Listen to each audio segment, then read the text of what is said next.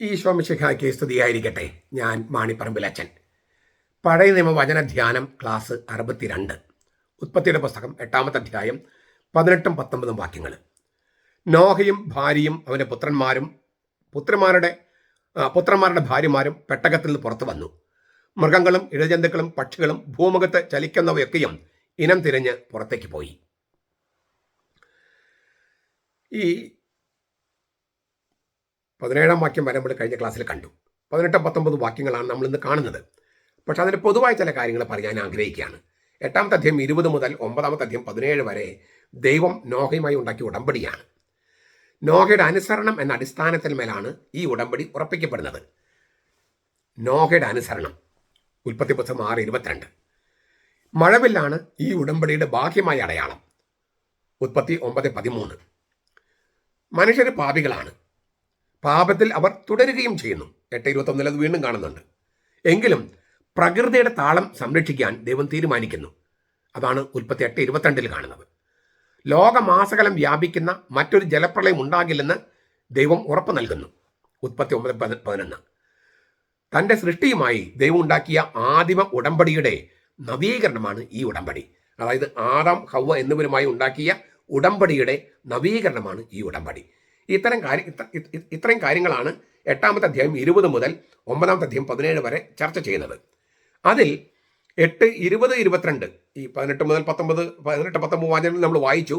20, 22 ആണെങ്കിൽ തന്നെയും കുടുംബത്തെയും സൃഷ്ടികളുടെ പ്രതിനിധികളെയും രക്ഷിച്ചതിനും സംരക്ഷിച്ചതിനും നോഹ ദൈവത്തിന് കൃതജ്ഞതയുടെ ബലി അർപ്പിക്കുന്നതാണ്. ഈ നോഹയും ഭാര്യയും അവൻ്റെ പുത്രന്മാരുടെ ഭാര്യമാരും പെട്ടകത്തിൽ നിന്ന് പുറത്തു വന്നു. അപ്പോൾ നോഹയുടെ കുടുംബം, സൃഷ്ടികളുടെ പ്രതിനിധികൾ, ഈ രണ്ട് വീതം, പിന്നെ 7 ജോഡി വീതം, ഇതൊക്കെ രക്ഷിച്ചതിന് നോഹ ദൈവത്തിന് നന്ദി പറയാൻ വേണ്ടിയിട്ടാണ് ഈ പെട്ടകത്തിൽ പുറത്തു വരുന്നത്. ഇവിടെ നമുക്ക് ഇന്നത്തെ ക്ലാസ്സിൽ നമ്മൾ ചർച്ച ചെയ്യുന്നത് ഈ നോഹയുടെ ചില സ്വഭാവ സവിശേഷതകളാണ്. നോഹയെക്കുറിച്ച്. ഈ നോഹ ദൈവത്തിന് ബലിയർപ്പിക്കാനായിട്ട് പുറത്തു വരികയാണല്ലോ. അപ്പം നോഹയെക്കുറിച്ച് നമുക്കൊന്ന് നോക്കാം. ഒന്ന്, അദ്ദേഹത്തെക്കുറിച്ച് പറഞ്ഞേക്കുക, അദ്ദേഹം നീതിമാനായിരുന്നു. ദൈവം മനുഷ്യഹൃദയങ്ങളിൽ എഴുതിയിരിക്കുന്ന നിയമങ്ങൾ അനുസരിച്ചു അദ്ദേഹം. അതാണ് ഒന്നാമത്തെ അർത്ഥം.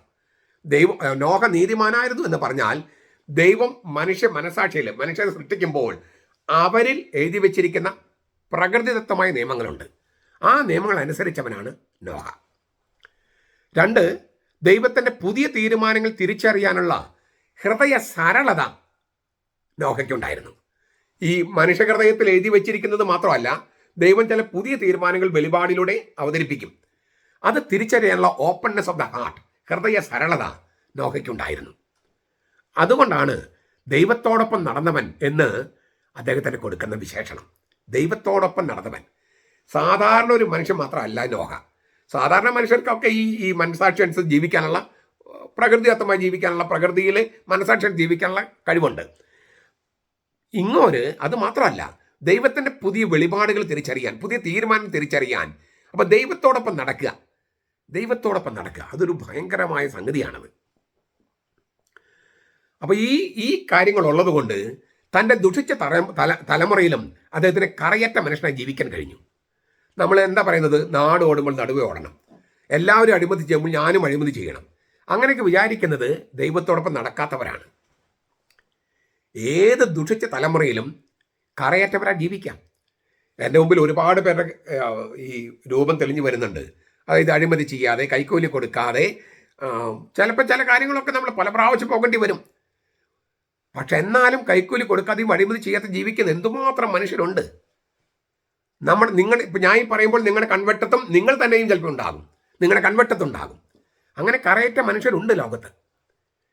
ദൈവം ഉണ്ടാക്കിയ ഉടമ്പടിയുടെ പങ്കാളിയായിരുന്നു നോഹ എന്നൊരു ധ്വനി അതിനകത്തുണ്ട്. ആ പങ്കാളിത്തത്തിന് തെളിവാണ് അദ്ദേഹത്തിൻ്റെ അനുസരണം. അപ്പോൾ തൻ്റെ എന്തുമാത്രം ഘടകങ്ങളാണ് ഈ നോഹ എന്ന മനുഷ്യനിലൂടെ വെളിപ്പെടുത്തപ്പെട്ടിരിക്കുന്നത്. നീതിമാനായിരുന്നു, ദൈവത്തിൻ്റെ പുതിയ തീരുമാനങ്ങൾ തിരിച്ചറിയാൻ മാത്രം ദൈവത്തോടൊപ്പം നടന്നവനായിരുന്നു, തൻ്റെ ദുഷിച്ച തലമുറയിലും കറയറ്റ മനുഷ്യനായിരുന്നു, ഈ ദൈവം ഉണ്ടാക്കിയ ഉടമ്പടിയുടെ പങ്കാളിയായിരുന്നു, ആ പങ്കാളിയുടെ തെളിവാണ് അദ്ദേഹത്തിൻ്റെ അനുസരണം. ഇങ്ങനെ ഒരുപാട് കാര്യങ്ങൾ നോഹയെക്കുറിച്ചുണ്ട്. പിന്നെ ഒരു കാര്യം പറയാണ്, നോഹ ദൈവത്തിന് ബലിയർപ്പിച്ചു. ദൈവഭയമുള്ളവനായിരുന്നു. ദൈവചിന്തയുള്ളവനായിരുന്നു. നവീകരിക്കപ്പെട്ട മനുഷ്യവംശത്തിന്റെ തലവൻ എന്ന നിലയിൽ പൗരോഹിത്യ ശുശ്രൂഷയാണ് ഈ ബലിയർപ്പണം. ബലിയർപ്പിക്കുകയുള്ളൂ, പുരോഹിതന്മാരെ ബലിയർപ്പിക്കുക. അപ്പൊ നവീകരിക്കപ്പെട്ട മനുഷ്യവംശത്തിന്റെ തലവൻ എന്ന നിലയിൽ പൗരോഹിത്യ ശുശ്രൂഷ അനുഷ്ഠിച്ചവനാണ് നോഹ.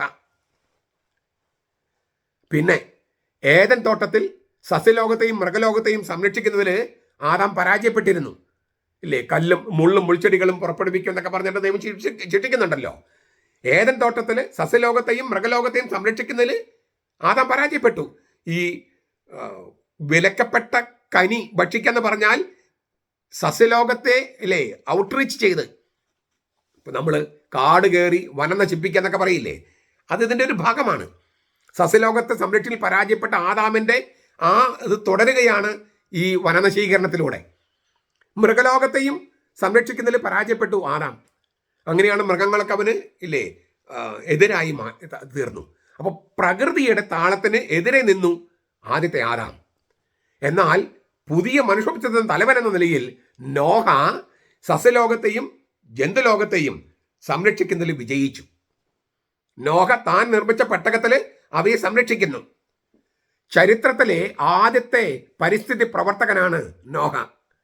ചരിത്രത്തിലെ ആദ്യത്തെ പരിസ്ഥിതി പ്രവർത്തകൻ. ഇപ്പൊ ഈ പരിസ്ഥിതി പ്രവർത്തകൻ എന്ന് പറഞ്ഞ് വന്നിരിക്കുന്ന ആളുകളുണ്ടല്ലോ, അവർക്ക് ഈ നോഹയുടെ പോലെയുള്ള ജീവിതം ഉണ്ടോ?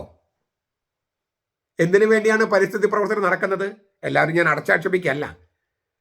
അപ്പോൾ നോഹയെപ്പോലെ ജീവിക്കുന്ന ആളുകൾക്കുള്ളതാണ് ഈ പരിസ്ഥിതി പ്രവർത്തനം. പിന്നെ ഒരു കാര്യം കൂടി പറഞ്ഞ് ഞാൻ അവസാനിപ്പിക്കാം. സാബത്ത് ആചരിക്കുന്നതിൽ നോഹ മനസ്സിരുത്തുന്നു. പ്രളയത്തിന് മുമ്പും പിമ്പും 7 ദിവസം കാത്തിരിക്കുന്നത് സാബത്തിലേക്ക് വിരൽ ചൂണ്ടാണ്. ഈ ആദാമുമായി ഉണ്ടാക്കിയ ആദ്യത്തെ ഉടമ്പടി എന്ന് പറയുന്നത് സാബത്ത് ഉടമ്പടിയാണ്. 6 ദിവസം മനുഷ്യന്, 7-ാം ദിവസം ദൈവത്തോടൊപ്പം ചെലവഴിക്കാൻ. ഇല്ലേ, ഇവിടെ എത്ര പ്രാവശ്യമാണ് ഈ 7 ദിവസം കാത്തിരുന്നു 7 ദിവസം കാത്തിരുന്നു നോഹ എന്ന് പറഞ്ഞിരിക്കുന്നത്? സാബത്ത് ആചരിക്കുന്നതിൽ മനസ്സിരുത്തി എന്നാണ് അർത്ഥം. അതായത് 6 ദിവസം മനുഷ്യന്, 1 ദിവസം ദൈവത്തോടൊപ്പം ഇരിക്കാൻ. അങ്ങനെ 7 ദിവസങ്ങളുള്ള ഒരാഴ്ചയിൽ 1 ദിവസം ദൈവത്തോടൊപ്പം ചെലവഴിക്കുമ്പോൾ ആ ആഴ്ച മുഴുവൻ വിശുദ്ധീകരിക്കപ്പെടുന്നു. ആ സങ്കല്പമാണ്, അല്ലെങ്കിൽ അത് ആ വെളിപാട് നിവൃത്തിയാക്കുകയാണ് നോഹ എന്ന മനുഷ്യൻ. ഉൽപ്പത്തി പുസ്തകം 2:1 അധ്യായം 1 മുതൽ 3 വരെ വാക്യങ്ങളിൽ നമ്മൾ സാബത്തിനെ കുറിച്ച് വളരെ വിശദമായിട്ട് ചർച്ച ചെയ്തതാണ്. അപ്പോൾ നോഹ യാഹ്വേക്ക് ഒരു ബലിപീഠം നിർമ്മിച്ചു എന്ന് ആ തിരുവചനം ഇല്ലേ 20-ാമത്തെ വാക്യമാണ്, 8-ാമത്തെ അധ്യായം 20-ാമത്തെ വാക്യം. ശുദ്ധിയുള്ള എല്ലാ മൃഗങ്ങളിൽ നിന്നും ശുദ്ധിയുള്ള എല്ലാ പക്ഷികളിൽ നിന്നും ചിലതിനെ കൊണ്ടുവന്ന് അവൻ അവിടത്തേക്ക് ഹോമയാഗമായി അർപ്പിച്ചു. അത്ര വരെ. ബാക്കിയുള്ള കാര്യങ്ങൾ നമുക്ക് അടുത്ത ക്ലാസ്സിൽ കാണാം. ഇത് ഇത്രയും ഈ നോഹ എന്ന മനുഷ്യനെ കുറിച്ച് തന്നെ ഒരു വലിയൊരു വെളിപാടാണ് ഉൽപ്പത്തി പുസ്തകം നമ്മുടെ മുമ്പിൽ അവതരിപ്പിക്കുന്നത്. ഞാൻ എന്തുമാത്രം കാര്യങ്ങൾ അദ്ദേഹത്തെക്കുറിച്ച് പറഞ്ഞത് ഇല്ലേ. ഞാൻ കൂടുതൽ വിശദാംശങ്ങൾ പോകാത്തതിന് കാരണം കുറച്ച് ബ്രീഫായിട്ട് പറയാൻ വേണ്ടിയിട്ടാണ്.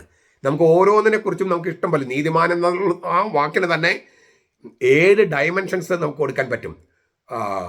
ഈ ജോസഫ് നീതിമാനായിരുന്നു എന്ന് പറഞ്ഞുള്ള ടോക്കിനകത്ത് ഞാൻ പറഞ്ഞിട്ടുണ്ട് മുൻപൊരിക്കൽ. നീതിമാൻ എന്ന വാക്കിന് ഒരുപാട് അർത്ഥങ്ങളുണ്ട്. അപ്പം നോഹ നീതിമാനായിരുന്നു പറഞ്ഞാൽ ആ 7 ഡയമെൻഷൻസും ചക്രവാളങ്ങളും ഇദ്ദേഹത്തിനുണ്ടായിരുന്നു. പിന്നെ ഞാൻ പറഞ്ഞല്ലോ മറ്റു കാര്യങ്ങൾ, ഒത്തിരിയേറെ കാര്യങ്ങൾ നോഹയെക്കുറിച്ച് പറഞ്ഞിട്ടുണ്ട്. ഈ ടോക്കും ഞാൻ നിങ്ങളോട് പറയുന്ന കാര്യം ആവർത്തിക്കുകയാണ്.